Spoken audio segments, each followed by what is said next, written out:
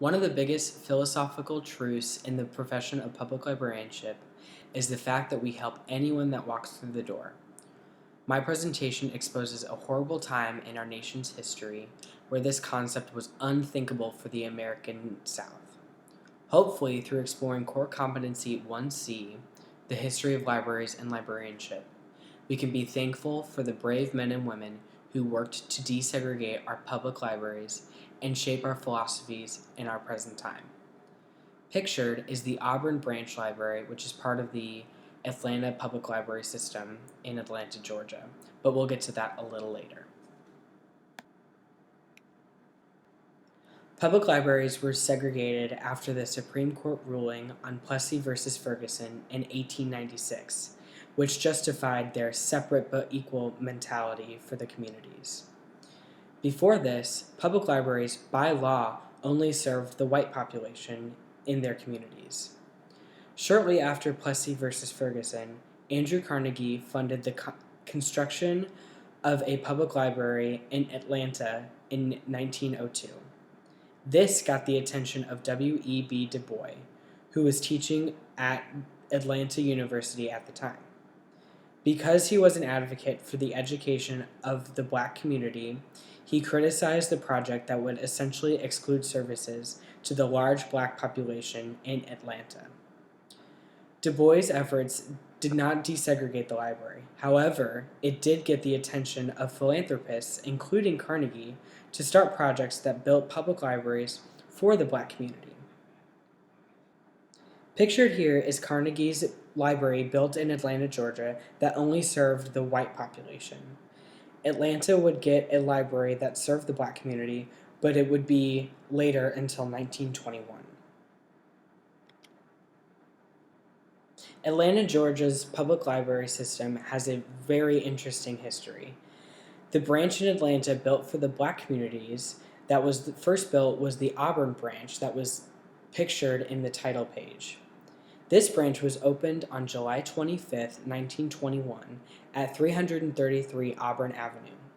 The Auburn branch had a prime cultural and political location for the growing black community.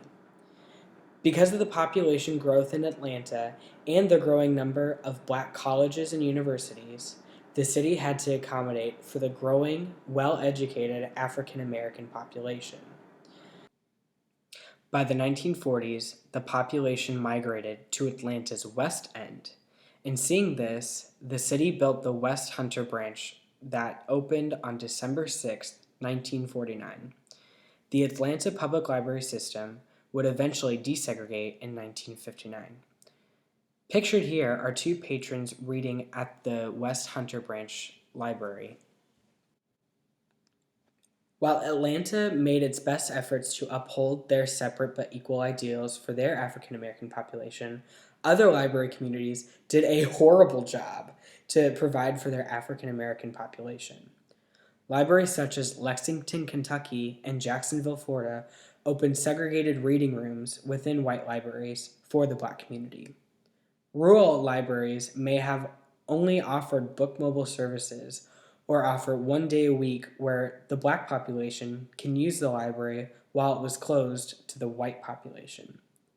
By 1946, 188 of the 597 libraries in the South offered services to the black communities.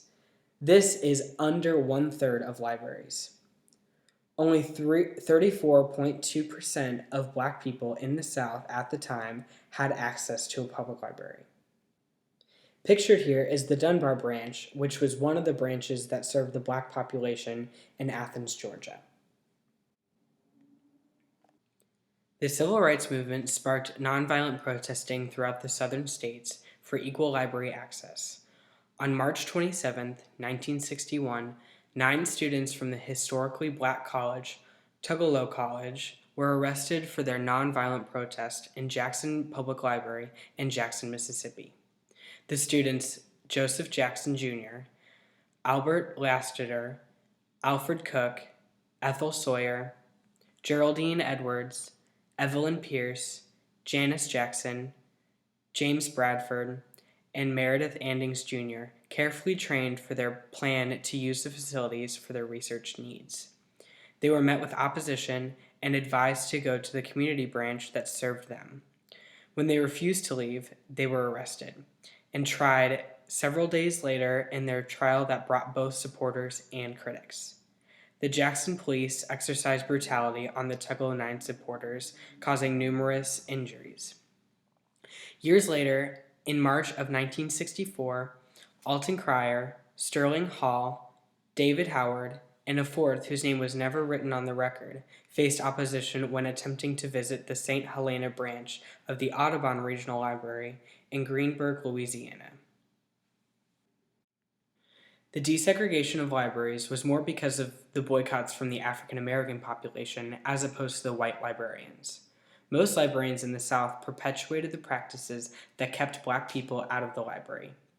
There were some notable exceptions, though, including Juliet Hampton Morgan, who was a reference librarian in the Montgomery, Alabama Public Library. Her passionate stance on the bus boycotts of 1955 made her heavily criticized throughout the community. And pictured here is Emily Wheelock Reed, who was the director of the Alabama Public Library Service Division.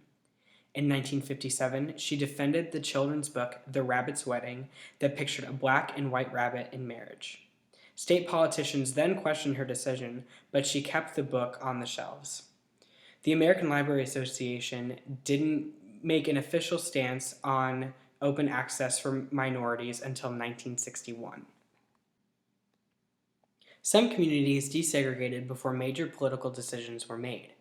In 1954, the decision of Brown versus Board of Education officially desegregated public schools in the South, and public libraries pretty much got the hint. But if they didn't, the Civil Rights Act of 1964 would outlaw discrimination in public spaces, and this includes the library. Furthermore, the Voting Rights Act of 1965 allowed African Americans the right to vote, which allows them to be part of the dialogue that determines their public spaces. It's interesting that the branch libraries that before segregated a library system now strengthen the services due to interlibrary loan. Most information was found from the Digital Public Library of America, where you can access more information about the history of the American libraries. Included in this webpage, users can find other historical information such as the Carnegie Libraries, the branch library movement, mobile services, and the library accommodations for immigrants during the immigration.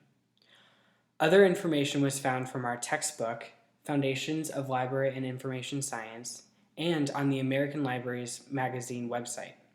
Here you can find more information on historical events that have influenced public libraries, or more content that expands on other ALA core competencies. Thank you.